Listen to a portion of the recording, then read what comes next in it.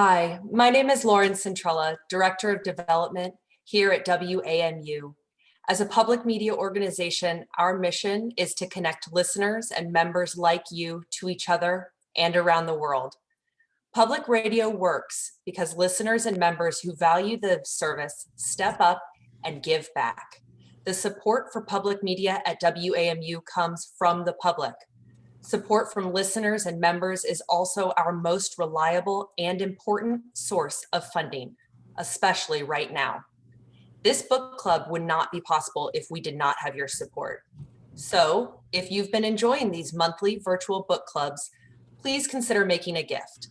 You can give at www.dianerehm.org/give. We are grateful for the over 1,000 people who have registered to join us today. That's an amazing amount of people. Just so you know, this event is being recorded and streamed on Facebook. Closed caption is available. Just click the button on your screen. And now let's start the discussion with the host of our book club, Diane Rehm.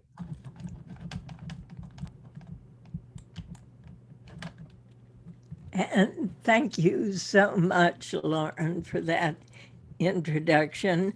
And to all of you, welcome to my March virtual book club.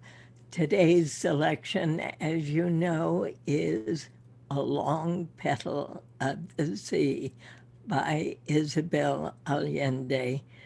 This is a 2020 novel. It follows two young people as they flee civil war in Spain, make a new home in Chile, only to be forced into exile by a military coup. It's a story of violence, but it's also a love story. Joining me today are Paula McLain. She's the author of the New York Times bestseller, The Paris Wife, and the forthcoming novel, When the Stars Go Dark. Welcome, Paula. Thank you, Diane. It's really my pleasure. Thank you. And joining us from Berkeley, California is journalist and historian Adam Hochschild, author of several books, including Spain in Our Hearts and Rebel Cinderella. Adam, it's good to see you. Thank you, Diane. Good to be with you. Thank you. And from Santiago, Chile, novelist Carla Guelfenbein, whose books include In the Distance with You and One in Me I Never Loved. which will be released in November. Welcome to you, Carla. I'm so glad to have you with us. Thank you, Diane. And of course, to our audience, we'll be taking your calls, your comments throughout the hour. You can go to the Q&A sector at the bottom of your screen, and we'll try to get to just as many of your questions as we can. We've received a number of questions beforehand, and we'll certainly try to get to those as well. I have to tell you all, I was absolutely hooked on this novel from the first couple of pages. And just so all of our viewers can know what I'm talking about, Paula, would you read for us as Victor, our main character, does something absolutely extraordinary? I'd be delighted. And you know, for me, these pages too were such an engine pulling me into the book. I just think the writing is extraordinary here. So the little soldier had a wound in his chest, and the doctor, after a swift examination during which he could detect no pulse, decided the boy was beyond all help and had no need of either morphine or consolation. On the battlefield, they had strapped a bandage around his chest to protect the wound with an inverted tin plate, but no one knew how many hours or days or how many trains ago that had been. Victor Dalmau was there to assist the doctors.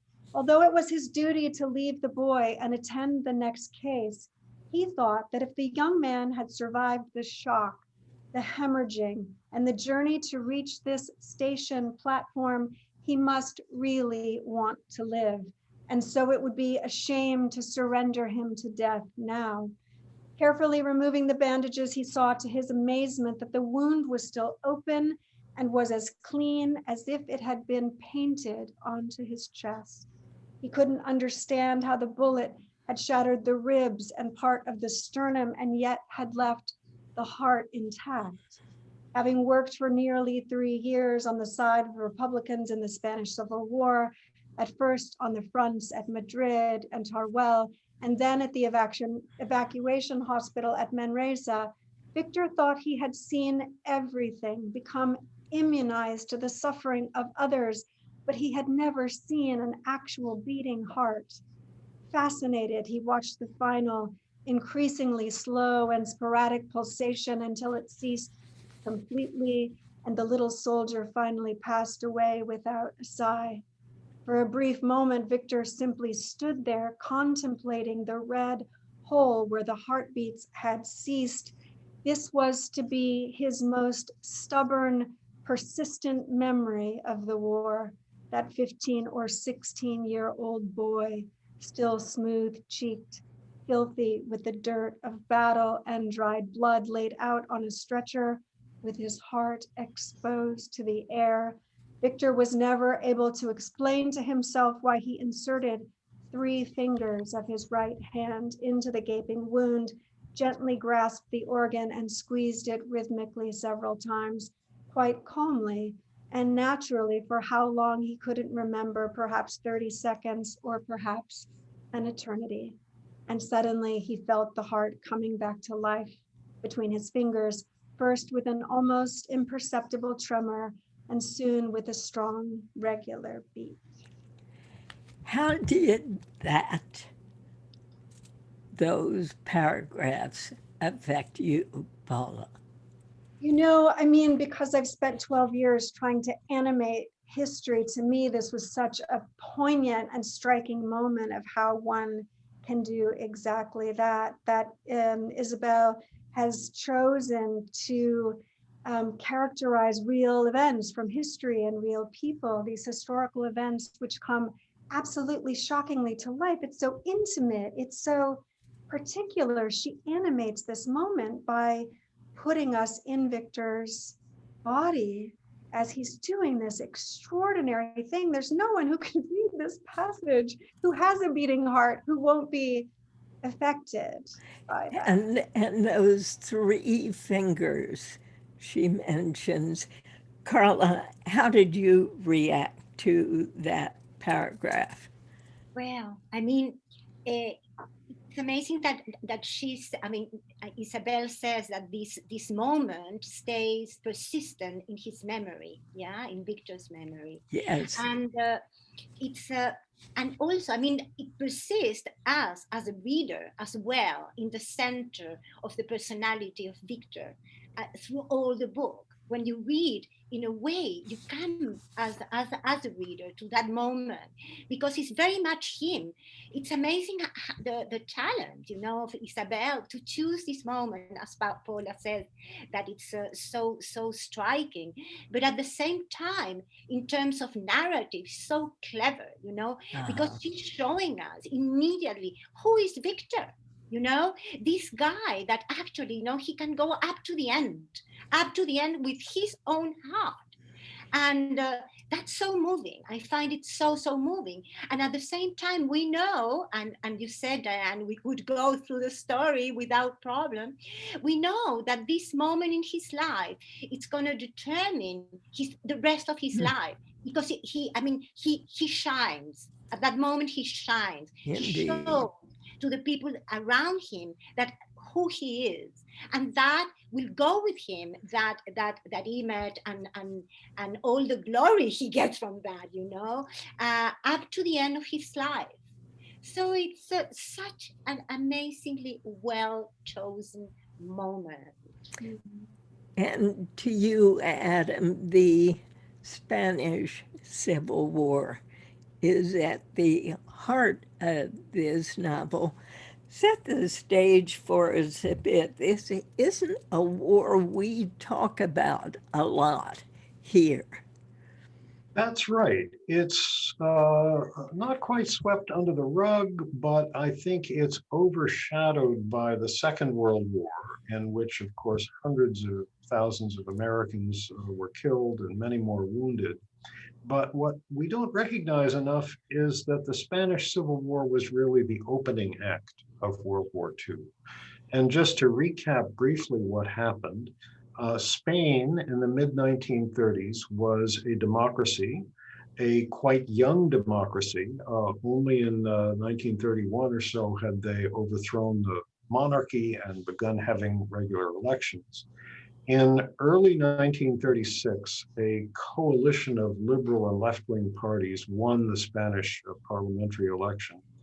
And this provoked a very angry response that summer of 1936 from a group of right-wing army officers who staged a coup and attempted to take over Spain themselves, which they eventually did, but it took them nearly 3 years of very bitter, brutal fighting to do so, during which these right-wing army officers, or nationalists as they called themselves, were heavily supported by Hitler and Mussolini.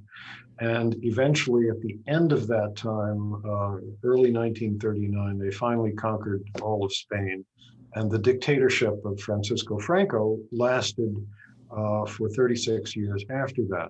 I say this was really the opening act of World War II because where else, 4 years before Pearl Harbor, were Americans, these were volunteers, British, French, people from more than 50 countries around the world being bombed by Nazi pilots because Hitler and Mussolini supplied guns, tanks, airplanes, and the people to operate them to Franco and his nationalists, whereas close to 50,000 volunteers came to Spain, 2,800 of them from the United States, many from other countries around the world, to fight this doomed attempt to prevent this fascist takeover of the country.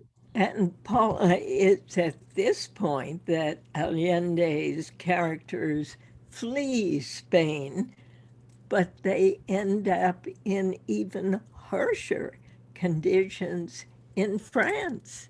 I know. I mean, for me too, this was particularly momentous because, you know, I written a novel sort of set in Madrid during the Spanish Civil War, but at this moment when Barcelona falls, my characters flee Spain to go back to America. Hemingway is one of my characters, right? And he goes and writes a book, which will become the most, famous book about the Spanish Civil War, For Whom the Bell Tolls. But these characters don't have that, right? The luxury. What they do is flee as Barcelona falls, and they cross the border into France thinking that they'll finally be okay. And what happens, of course, is that most of them are, ushered into concentration camp. And this is a piece of history I don't think we know it. I didn't know that. This is a hidden bit of history, France's history, right? That these 100,000 refugees are behind bars as in unbelievable conditions, just horrendous conditions. Now, one of our listeners sent in a question saying, can you really categorize these as concentration camps? Or, how do you differentiate between concentration camps and refugee holding can't camps? leave. To me, that's a concentration camp. If there's barbed wire and armed soldiers and no running water and no latrines, if 9 out of every 10 children die, that's what's actually happening here. And then later, Adam, you can back me up on this, but I was reading something about how those who were not able to escape, right? Some of those people, a great number of those people, then were taken to the death camps and exterminated. That's right, because picture the scene. Here we are in the winter of 1938, 1939. 500,000 people are fleeing Spain. These are people who did not want to live under fascist rule. They feared for their lives if they remained in Franco's Spain, and rightly so, because in the parts of Spain that his forces had conquered, Franco put to death well over 100,000 people because they had supported left-wing political parties or had fought against his takeover. So 500,000 people fled, most of them on foot, over the Pyrenees Mountains in the wintertime into France, which was totally unprepared to receive them, did put them in these camps. And I agree with you, Paula, if it's got barbed wire and armed guards, you can call it a concentration camp. A lot of these places were on the beaches of southern France because there was nowhere else where they could house 500,000 people. They were damp, conditions were horrible, food was horrible. And then, of course, in 1940, the Germans invaded France. A lot of these refugees were still stuck in camps because there was no country that would take them. Once the German army got to that part of France, they took many of these Spaniards who were known to have fought against Franco and his nationalists and sent them to one of their concentration camps, Mauthausen, where many of them died. Mm-hmm. They'd lost their country and then they were losing their lives. It's devastating. And Adam, I know that Isabel Allende used your book, Spain in Our Hearts, as research. So talk about how she has turned or used fact to create fiction and what it was like for you to see that transformation. Well, it was a wonderful experience because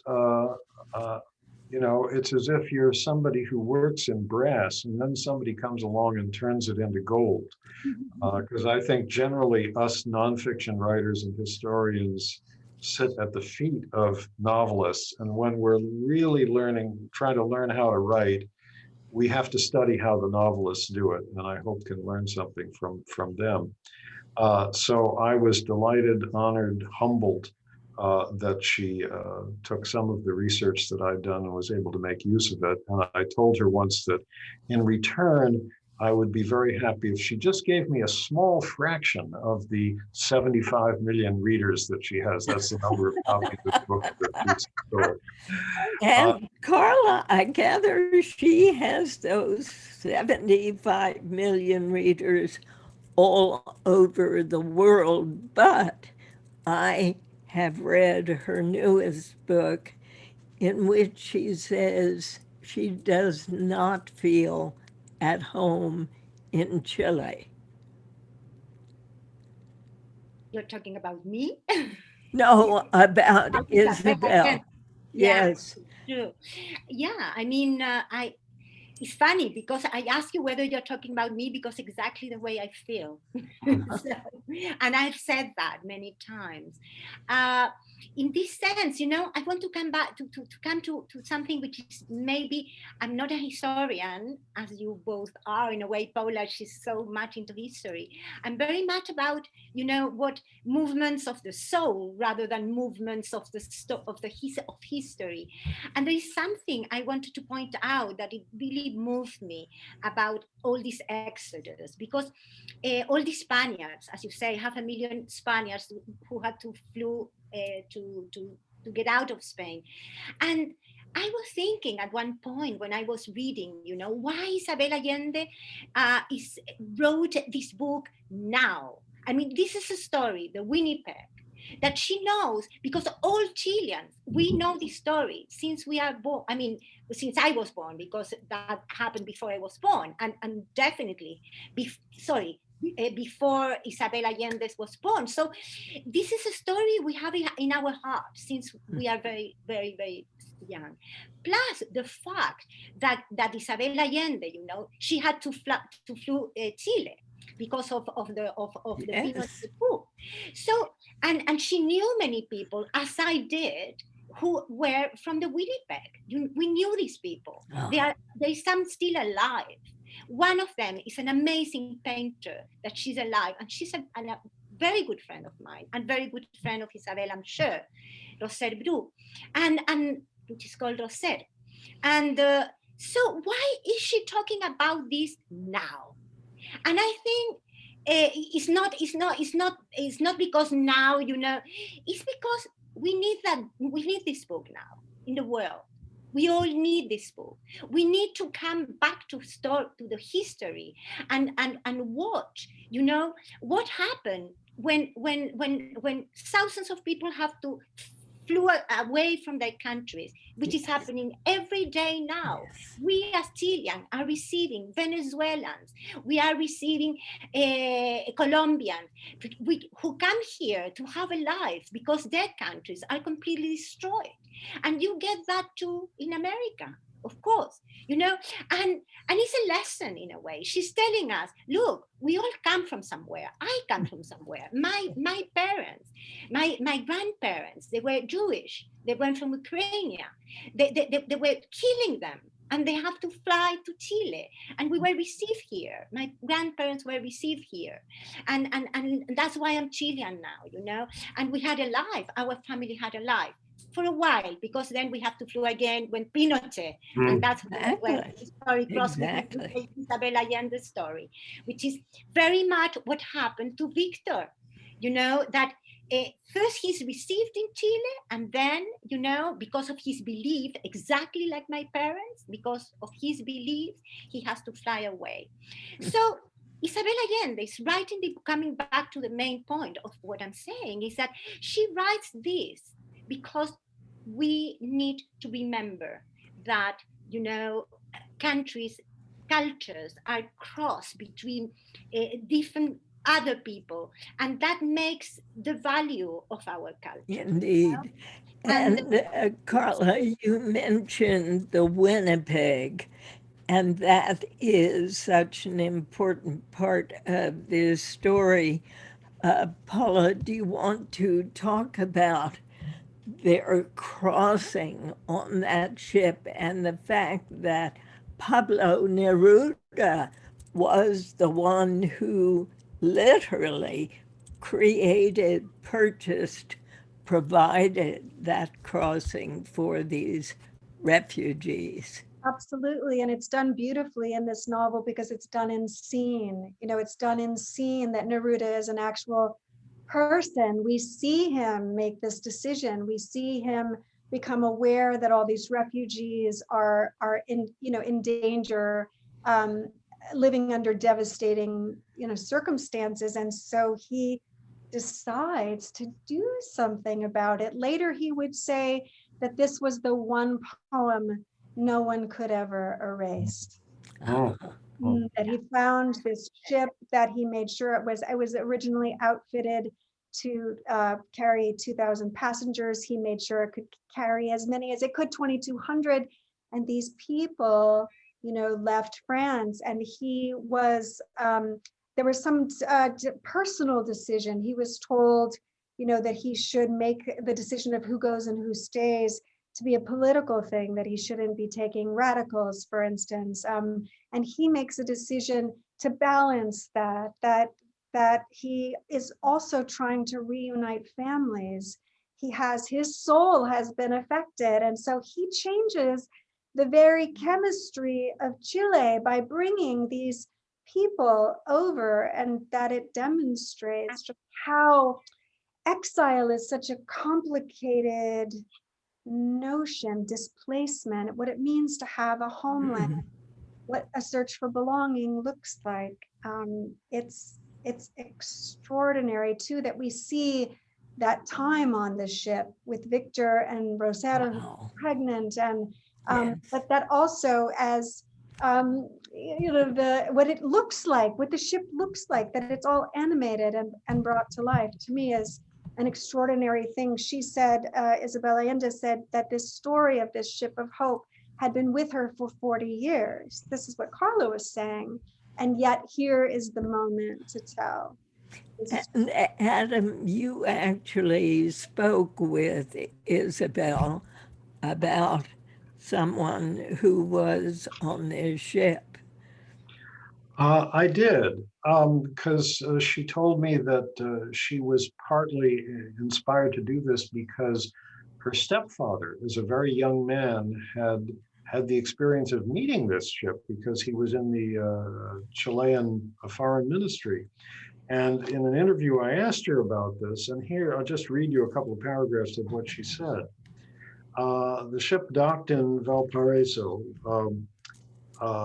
and there was sent from shore a boat with two junior civil servants, one from immigration and one from the Foreign Office, to give the passengers visas. They had to interview each person on the ship. These civil servants were just kids, a couple of very young guys. They came from conservative families. They didn't like the idea of these communists coming to their country. But when they talked with each one and they saw who they were and they saw the children and the women, they changed their minds. The passports they would give them were stamped with the place where these refugees had to go according to their skills. For example, the fishermen to the south of Chile, the miners to the north. One of these two junior guys later became my stepfather. He told me that he would stamp the passport with the visa from the Foreign Office, and then he would say to each person, "Don't pay any attention to this. You can be anywhere you want in Chile. This is a free country. You can move around.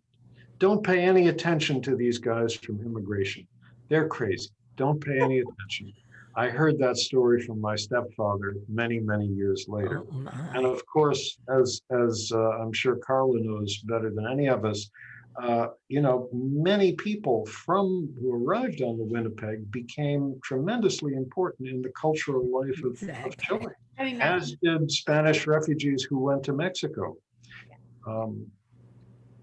And to me, the remarkable thing about this book, or one of the many remarkable things about this book, is the way that it brings together these two great waves of refugees, the people from Spain leaving Spain for France and then desperately getting out of Europe on the eve of World War II.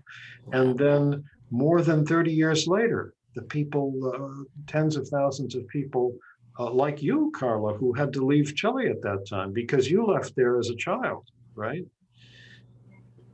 I just wanted to say a little thing about what you're talking about, which is so interesting. How Isabel Allende, she's always talking about what she's talking, and at the same time she's talking about so many other things as well. And that's the fantastic thing, that and in this case, she's talking so much about prejudice.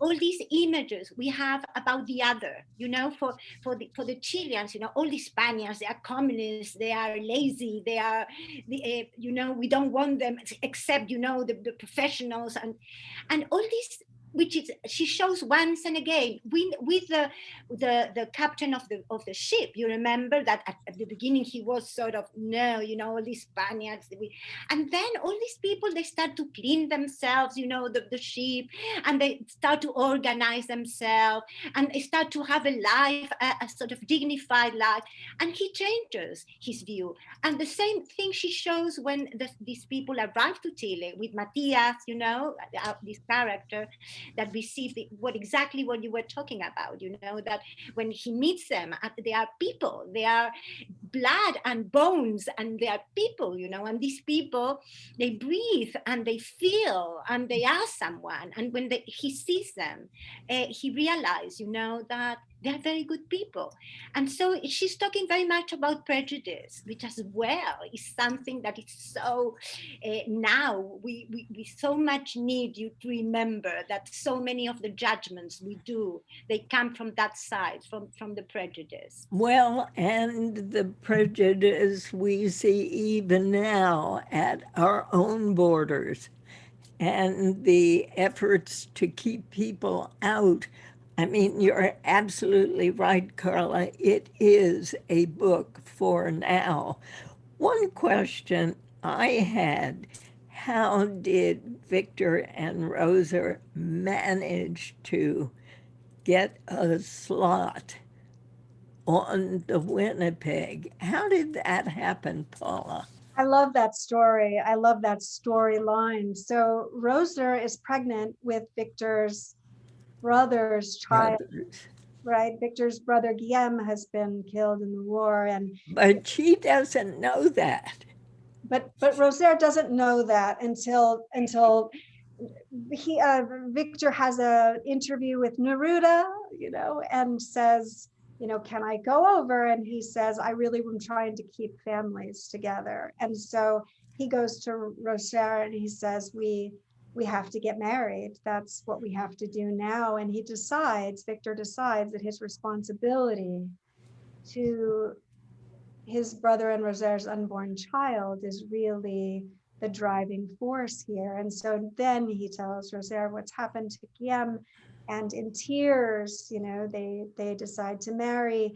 And then when Victor goes back to Neruda and presents the marriage certificate and the birth certificate of the child, Neruda says, you have the soul of a poet, to Victor. And he stamps the passport, and then they have passage on the ship. And that really takes me to the question of how and why Isabel Allende used Pablo Neruda's poems at the beginning of each chapter.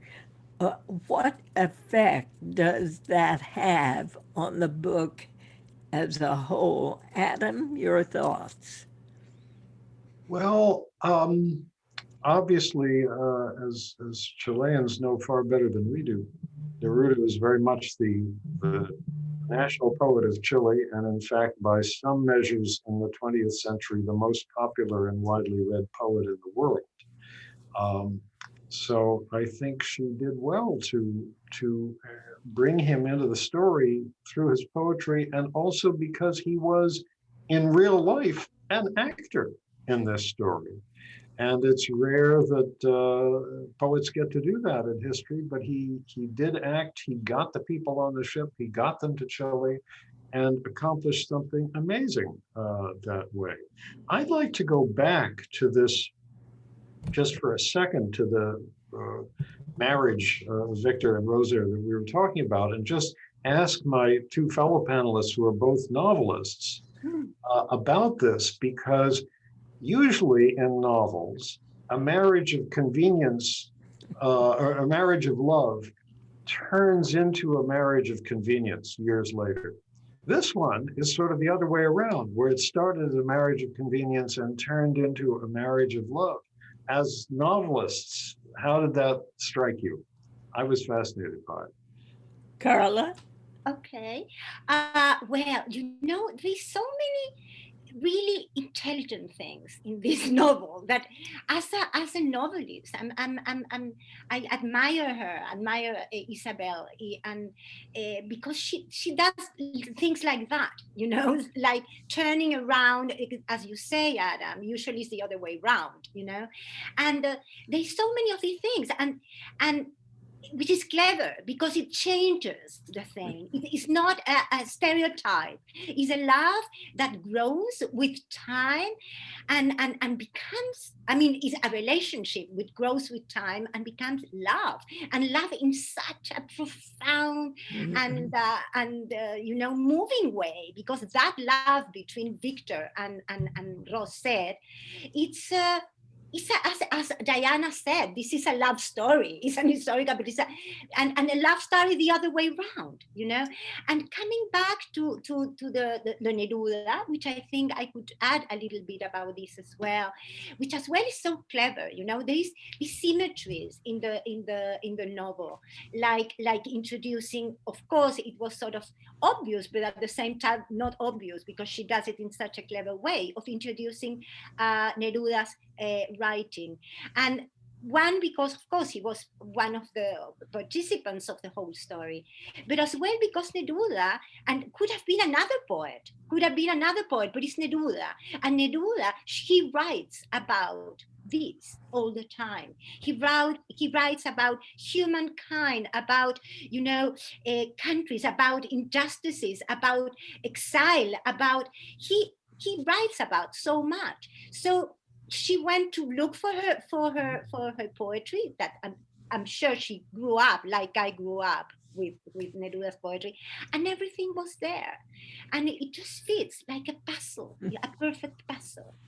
I think so too. I love the way that it reverses our expectations of what love is. And to me, it's one of the deepest notes in the novel is that there are more durable forms of love that we grow, and the trust that builds between these two. She calls them comrades, and that is sort of like the highest thing, the sacrifice, the duty, the way they protect each other, the way there's a sanctity to their friendship that then grows into love until she says they are more married than anyone. They find their places in Chile fairly easily. She, as a pianist, she was protecting her hands during that terrible journey, and Victor, working at a shoe factory, but then he works at a small bar called the Winnipeg. So would that have been typical for people coming on the Winnipeg, that they would have found a place in Chilean society fairly easily, Carla? I'm sure Adam knows more the history than I do, but I know a few stories of people that actually it was easy, but at the same it wasn't, because there were lots of people who were very well prepared as doctor or as lawyers and they had to sort of go and work in things that they have never ever worked. Chile, I wouldn't say it's a country of possibilities, not at all, not even for us. It's a poor country, and unless you are, and she shows that very well. All the class differences, and how if you are part of upper class, you have much more possibilities, and as a refugee, you don't have many possibilities. I mean, not at all. Yeah. And so there is, many of the Spaniards who came in the Winnipeg, they could never, ever find a job of what they did, you know. There is all these highlights of, one of them, of course, is Victor Pey, that we have to talk about that, because Victor Pey is the guy who inspired her, which I met him, actually. I knew Victor Pey. And there is all these characters, like these painters and people, as Paula or Adam said, you know, that they actually enriched, Paula said that, enriched the Chile, you know, in such a way. But there's lots of them that they couldn't find anything, you know, and they became poorer and poorer, and they could have been quite privileged in Spain, and then they got impoverished here in Chile. So let's not be romantic. Let's not be romantic. Yeah. Adam, do you want to add to that? Well, I would just say we see the same thing, you know, here in the United States today, where we've got some, you know, people who were school teachers in Afghanistan driving a taxi cab in New York because they, you know, get a job as a school teacher here, or who were a medical technician in Guatemala digging ditches in San Francisco. So we still live in a world of refugees where people have a hard time fitting in when they have to flee. And as Carla said, you know, this is a book for our time because we are living in a world of refugees, and we will be still more so as a great flood of climate refugees come out of the tropics in the decades ahead. And will be flooding by the hundreds of millions fleeing for their lives from that band around the center of the earth that's going to be uninhabitable 50 or 60 years from now, and maybe sooner. So this world of refugees is going to become even more of one. Here's a question from one of our listeners who says, for the longest time, I thought the brother would return. And I was curious how that would change the story, but it didn't happen. Did anyone else have that same feeling? Paula, you did not. I didn't, because that moment, you know, is it's so clear that he's fallen on the battlefield, and that Victor is carrying this terrible weight about whether to tell Rosa, who's pregnant, or his mother, and he decides that it would be too devastating to lose Guillaume as they're losing their country. And to me, just the freight of all of that and what Victor is carrying kind of cements this idea that he's the keeper of a great secret, and then that sort of ennobles his level of sacrifice and his devotion to Rosa and to her unborn child, which is so beautiful to me. And of course, there's another couple, the Del Solars, in this story. They're included alongside Victor and Rosa's story. What role do they play for you, Carla? Story. Well, you know, it's as well, and I mean, all the time I have to sort of say good things about Isabel Allende as a writer, because actually that's so clever of her as well, because they represent so very different human beings. Victor, right. Rosette, and I love the idea that Rosette is the woman, you know, and Victor is the man in a way, because Rosette, she's that woman, is the woman, you know, with big V. In the sense, you know, that she's so strong, she's so positive, but at the same so in her point, you know, she never sort of she never falls down, but at the same time she feels everything. So she has all the feelings and all the strength. and all the capacity of seeing things in a clear and undramatic way. Just the opposite of Victor. Victor, he's a melancholic, you know, he's depressive. I mean, if at that time they were antidepressive, he would have been one of us, you know, who takes antidepressive, and he has this sort of hidden and very obvious strengths, but hidden sadness, you know, and his hidden weakness as well. And so they represent, in that sense, I love the idea that through Victor he explores, she explores, Isabel explores one kind of personality, and through Rosette another one, and how these two fit so well.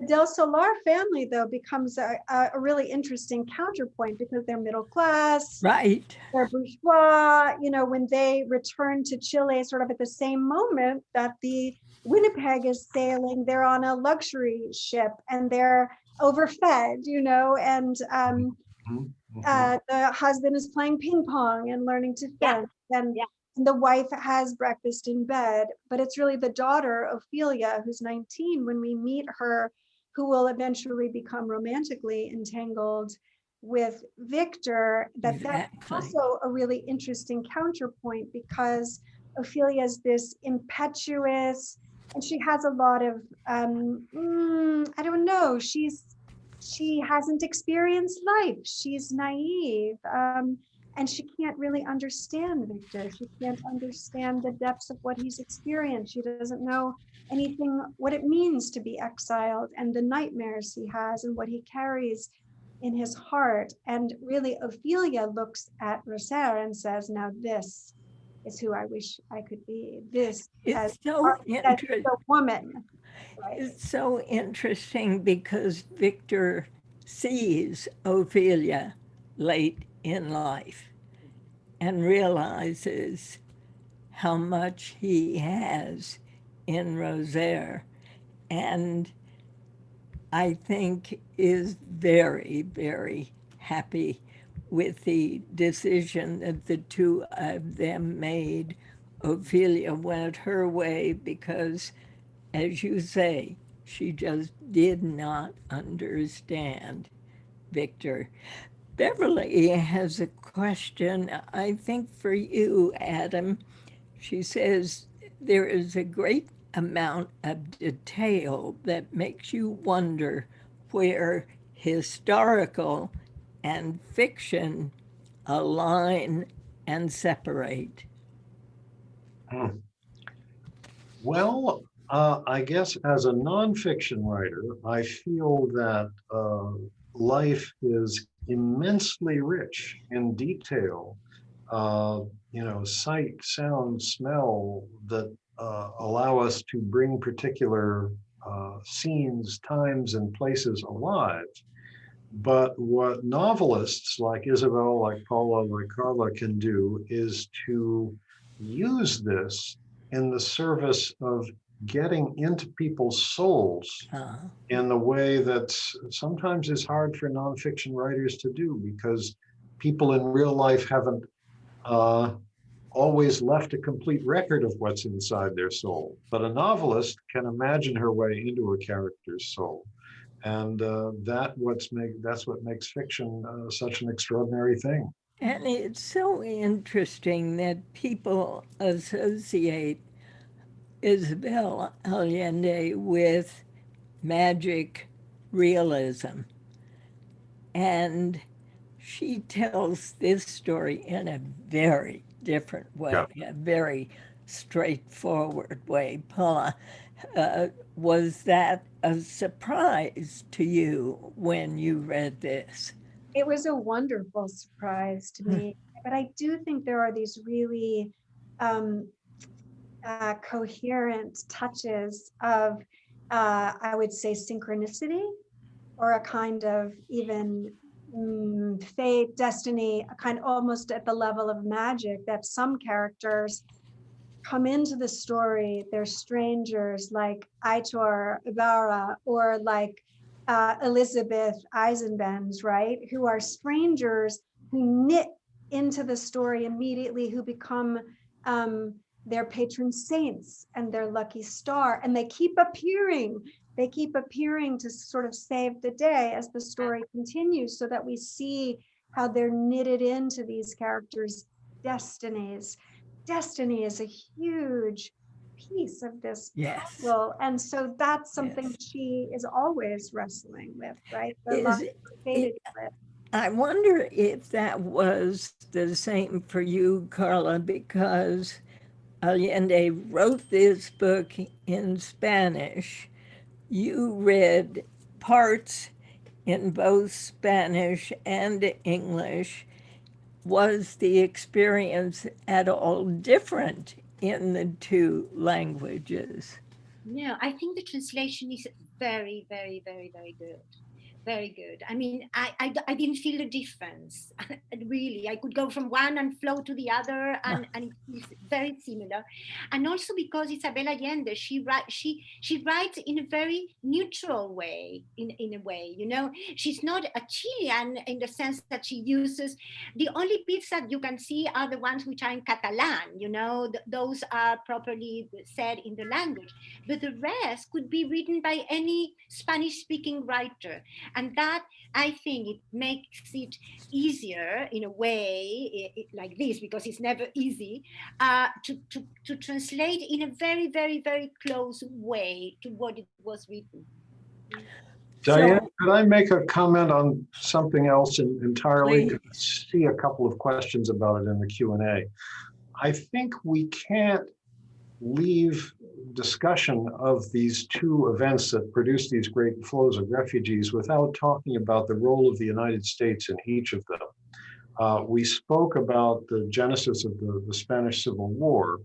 One of the things that would have brought that war to a much swifter and more happy conclusion would be if the Western democracies, including the United States, had agreed to the desperate pleas of the democratically elected government of Spain to allow it to purchase arms from us, from Britain, from France. And Spain had the money to do so. They had the world's fourth largest gold reserves because they had stayed neutral in the First World War while the rest of Europe was spending itself into bankruptcy. But the United States refused to allow them to why? purchase. Why? Most people believe that in his re-election campaign in 1936, Franklin Roosevelt had made an unwritten agreement with the hierarchy of the American Catholic Church not to get drawn into the Civil War in Spain in any way. For obvious reasons on both sides, the agreement was never written down, but that indeed is how Roosevelt behaved, even though more and more his heart was clearly with the Spanish Republic. He also said that he had made a promise to his country. You know, people had lost, so many young men died in World War I. Basically, the promise that this could never happen again. And yet it was happening again. All you had to do was look and know that this stain of fascism was spreading, that it could only lead to another world war. So to turn a blind eye to Spain, to turn your back on Spain, was to turn your back on an undeniable reality. Absolutely. And then when the Pinochet coup in Chile came along in 1973, it was encouraged every step of the way behind the scenes by Richard Nixon and Henry Kissinger. And Unfinanced. Yeah. And the terrible torture, imprisonment, and, you know, nearly 2 decades of authoritarian rule that followed. The United States bears a heavy responsibility for that, and we must never forget that and never do anything like that again. Yeah, exactly. That's what happened. Exactly. There is a symmetry, you know, very much so, between what happened in Spain, which was a left-wing government, which was sort of tried to be thrown away by the military, and then that's why the civil war came out. In Chile, and in Chile, it was a very, very left-wing government as well, which didn't come to the civil war because they actually managed to throw away because the Allende government, and it was completely financed by the Americans, and there is files and files and files now which have been disclosed, you know, and now we can see them. All this, all the level of responsibility that Nixon had on what happened in Chile and the thousands of people who were killed and persecuted. I think Victor has this beautiful line where he says, war is a hurricane, right? War is a hurricane that destroys everything. But then the heart of the book, it seems to me, is about how you find your center, how you find a rootedness, even when all of these things happen beyond your control. We can't choose sometimes what happens to us. These people lose their country. So how do they claim something anyway? How do they claim a deep sense of belonging, right? Victor says at the end, and it's so beautiful, he says something like, I've been a foreigner my whole life. I've been all around the world, but it's only now that I realize that I have deep roots. And it's because of what he's claimed through his very life, his love of his family. It's just, you know, they say in the book, Carme, Victor's mother says, you know, home is where your dead are buried, right? The Indeed. land you claim. And one listener says, please comment on the character of the maid, Juana, who moves across so much of this narrative. Carla? Yeah, I mean, I'm glad for the person who asked that, because Juana, you know, in a way, we all had a Juana. I had a Juana in my life. You know, when I was young, in my house, there was a Juana, and actually, she had a surname very similar to Juana, and now they are. I don't, as an adult, I don't have a Juana in my life, you know, because it's very unfair. And at the same time, it is a system that allows, in a way, that these women, they are taken out very young from their houses and put in a house of rich people, and they grow with them, and they never have a family, you know. They spend 7 days a week. They have just 1 day a week to go out, and they have this feeling that they belong to the family.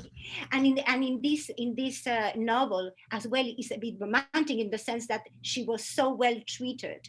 But there's thousands of cases, you know, that they, in a way, is very unfair because they feel they are part of the family. But when the time comes, actually, they are not part of the family. They are not buried as Juana was buried. Exactly. With the family. Yeah.